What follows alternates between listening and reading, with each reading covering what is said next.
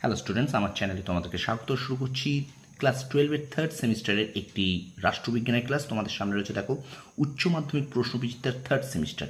তো আমরা কিন্তু এই উচ্চ মাধ্যমিক প্রশ্নবিচিত্রা থেকে প্রত্যেকটা সাবজেক্টের, বিশেষ করে ইতিহাস, রাষ্ট্রবিজ্ঞান, এডুকেশন, দর্শন, ভূগোল, এই সাবজেক্টগুলো কিন্তু আমরা অধ্যায় ভিত্তিক কমপ্লিট করে তারপর মডেল সেট করবো। ঠিক আছে? তো দেখো তোমাদের সামনে রয়েছে প্রশ্নবিচিত্রা। এখান থেকে আমরা রাষ্ট্রবিজ্ঞানের মডেল সেট আগে অধ্যায়গুলো কমপ্লিট করবো, চ্যাপ্টারগুলো কমপ্লিট করবো, তারপর আমরা চলে যাব মডেল সেটে। ঠিক আছে? তো দেখো আজকে এমসিকিউ, রায়মাটির প্রশ্নবিচিত্রা রাষ্ট্রবিজ্ঞানের এমসিকিউ, যেটা chapter wise MCQ part four হবে। আমরা প্রথম অধ্যায় শেষের পথে, আজকেই শেষ হয়ে যাবে। দ্বিতীয় বিশ্বযুদ্ধোত্তর পর্বে আন্তর্জাতিক সম্পর্ক, এই অধ্যায় থেকেই আমরা শেষ করব। আজকে হয়ে যাবে শেষ। ঠিক আছে? তো চলো প্রথম থেকে শেষ পর্যন্ত ভিডিওটা দেখবে, একটু স্কিপ করবে না। আর বারবার বলছি, যারা আমার চ্যানেল নতুন আছো অবশ্যই একটু চ্যানেলকে সাপোর্ট করো, সাবস্ক্রাইব করো, পাশে থাকা বেল আইকন প্রেস করো। আশা করি তোমাদের ভীষণ হেল্পফুল হচ্ছে ক্লাসগুলো। তোমরা অবশ্যই একটুখানি আমাকে কমেন্ট সেকশনে কমেন্ট করে জানাও তোমাদের ক্লাসগুলো কেমন লাগছে। ঠিক আছে? তো চলো শুরু করি ক্লাসটি। আজকে চতুর্থ পর্ব। দেখো, মিত্রশক্তি বলতে কোন রাষ্ট্রকে বোঝায়? Great Britain, France, Soviet union, মার্কিন যুক্তরাষ্ট্র। ঠিক আছে? আচ্ছা, 2 নম্বর পরের প্রশ্ন দেখো, ঠান্ডা লড়াইয়ের প্রেক্ষিতে অক্ষশক্তি কোন দেশকে নিয়ে গড়ে উঠেছিল? উত্তর হবে জার্মানি, ইটালি, স্পেন, জাপান। ঠান্ডা লড়াইয়ের কটি পর্যায়ে আছে? 5টি। আচ্ছা, মার্কিন নেতৃত্বে গঠিত, আচ্ছা একটা জিনিস বলে দিই, ঠান্ডা লড়াইয়ের অনেক বইতে কিন্তু 7টা পর্যায়েও আছে। ঠিক আছে? এটা 5টাও হতে পারে, 7টাও হতে পারে, তবে তোমাদের দেখো এটা 5টা তোমাদের এখানে অপশান করা আছে। এখানে 5টাই আমার মতে ঠিক, তবে 7টাও কিন্তু অনেক জায়গায় আছে অনেক বইতে। ঠিক আছে? তারপর দেখো, মার্কিন নেতৃত্বে গঠিত দুটি সামরিক জোটের নাম ড্যাশ ও ড্যাশ, ন্যাটো, সিয়াটো। আচ্ছা, বিবৃতি কারণের মধ্যে আছে, এগুলো বিবৃতি কারণ আমি আর পড়ছি না, তোমরা এগুলো দেখো। এ এবং আর উভয় সত্য, আর সঠিক, এ এবং আর উভয় সত্য এবং আর সঠিকভাবে একে প্রতিষ্ঠা করে। ঠিক আছে? এটা তোমরা একটু দেখে নেবে, তোমরা বিবৃতি কারণটা একটু পড়ে নাও। ঠিক আছে? আচ্ছা, স্তম্ভ মেলা দেখো, এখানে স্তম্ভ মেলা হবে 1-এর বি, 2-এর সি, 3-এর ডি, 4-এর এ। ঠিক আছে? স্তম্ভ মেলাগুলো 1-এর বি, 2-এর সি, 3-এর ডি, 4-এর এ। ওকে? আচ্ছা, এবার দেখো ঠান্ডা যুদ্ধের সময়কাল কত বছর পরিব্যাপ্ত ছিল? এটা 1945 থেকে 1991 খ্রিস্টাব্দ, অর্থাৎ 46 বছর পরিব্যাপ্ত ছিল। একটু শেয়ার, একটু লাইক, একটু কমেন্ট। ঠিক আছে? একটুখানি।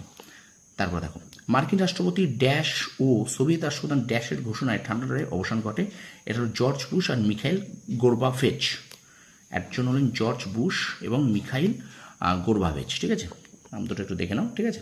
তারপর দেখো, ঠান্ডা লড়াইয়ের বিপরীত অবস্থা হলো দাঁতাত। আচ্ছা, বর্তমান বিশ্ব রাজনীতি কোন মেরুকরণের দিকে চলছে? দ্বিমেরুকরণ থেকে এক মেরুকরণের। পরের প্রশ্ন দেখো, তৃতীয় বিশ্ব বলতে যে দেশগুলিকে বোঝায়? এশিয়া, আফ্রিকা ও আমেরিকার দেশগুলিকে। আচ্ছা, তারপর দেখো লাতিন আমেরিকার দেশগুলিকে। তারপর দেখো, কোন বিশ্বের দেশগুলি জোট নিরপেক্ষ আন্দোলনের নেতৃত্ব দিয়েছিল? তৃতীয় বিশ্বের। আচ্ছা, জোট নিরপেক্ষ নীতি কার প্রচেষ্টায় বিশ্ব রাজনীতিতে পরিণত হয়? জওহরলাল নেহেরু। আচ্ছা, জোট নিরপেক্ষ আন্দোলনের সপ্তদশ সম্মেলন অনুষ্ঠিত হয় ভেনেজুয়েলাতে। আচ্ছা, এবার দেখো, জোট নিরপেক্ষতাকে গতিশীল নিরপেক্ষতা বলা হয় কেন? উত্তর হবে আন্তর্জাতিক রাজনীতিতে সক্রিয়ভাবে অংশগ্রহণ করতে পারে। ঠিক আছে? এই আন্তর্জাতিক রাজনীতিতে সক্রিয়ভাবে অংশগ্রহণ করতে পারে। ঠিক আছে? আচ্ছা, 106 দেখো, দুটো বিবৃতি দেখো, এখানে বিবৃতি দুটো পড়ে নেবে। ঠিক আছে? দেখো একটু বিবৃতি দুটো পড়ে নাও। এখানে দেখো উত্তর কিন্তু ডি। ঠিক আছে? ডিটা হবে 1 এবং 2 একে অপরের থেকে পৃথক। ঠিক আছে? আচ্ছা, পরে দেখো, বর্তমানে জোট নিরপেক্ষ আন্দোলনের সদস্য সংখ্যা 120টি। আচ্ছা, জোট নিরপেক্ষ আন্দোলনের পতনের কারণ এটা একটু দেখে নাও। পতনের কারণ এখানে দেখো বিবৃতি দুটো আছে। দেখো, সি বলছে বিবৃতি 1 এবং 2 উভয় সত্য। ঠিক আছে? বিবৃতি 1 এবং 2 উভয় সত্য। ওকে? আচ্ছা, পরে দেখো, বান্দুং সম্মেলন গৃহীত নীতি দুটি হলো, এখানেও দেখো সত্য মিথ্যা আছে, এখানে 1 সত্য, 2 সত্য, 3 মিথ্যা, 4 মিথ্যা। একটু দেখে নেবে। ঠিক আছে? 1 সত্য, 2 সত্য, 3 মিথ্যা, 4 মিথ্যা। ঠিক আছে? আচ্ছা, পঞ্চশীলকে জোট নিরপেক্ষতার পরিণতি বলেছেন KS মূর্তি।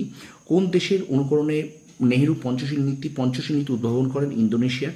নিরস্ত্রীকরণের ক্ষেত্রে দুটি চুক্তির নাম লেখো। NPT R SALT I। আচ্ছা, এক মেরু বিশ্ব বলতে বোঝায় আন্তর্জাতিক শক্তি সাম্যের এমন এক অবস্থা যেখানে কেবলমাত্র একটি ক্ষমতাই কেন্দ্রে থাকে। আচ্ছা, সোভিয়েত ইউনিয়ন বার্লিন অবরোধ করেছিলেন কারণ সমগ্র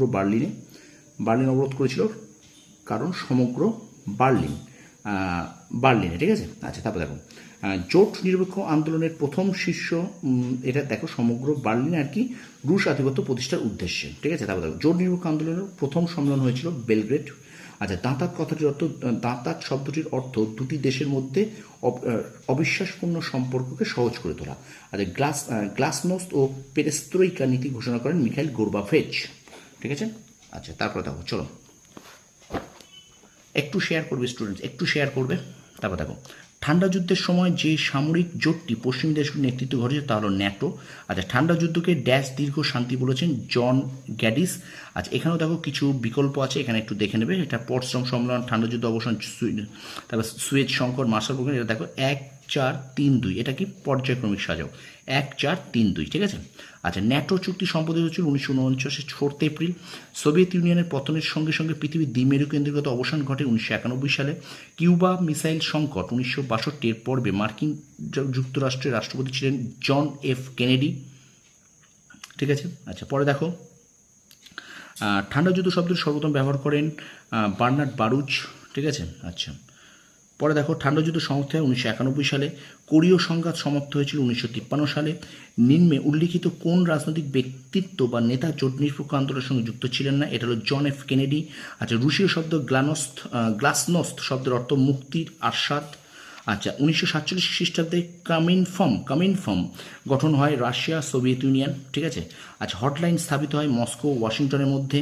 আচ্ছা, ঠান্ডা লড়াইয়ের কথাটি প্রথম ব্যবহৃত হয় 1947 খ্রিস্টাব্দে 16 এপ্রিল। সীমাবদ্ধকরণ বা প্রতিরোধের নীতি চিন্তাজাতক তিনি হলেন জর্জ কেন্নান। ন্যাটোর সদস্যভুক্ত দুটি দেশ হলো এখানে বেলজিয়াম ও কানাডা। আর the end of the history and the last man গ্রন্থের লেখক ফ্রান্সিস ফুকুয়ামা, ঠিক আছে। তো এই ছিল তোমাদের রায় মার্টিন প্রশ্নবিদ্যা থেকে আজকে চ্যাপ্টার ওয়াইজ এমসিকিউ এর 4র্থ পর্ব।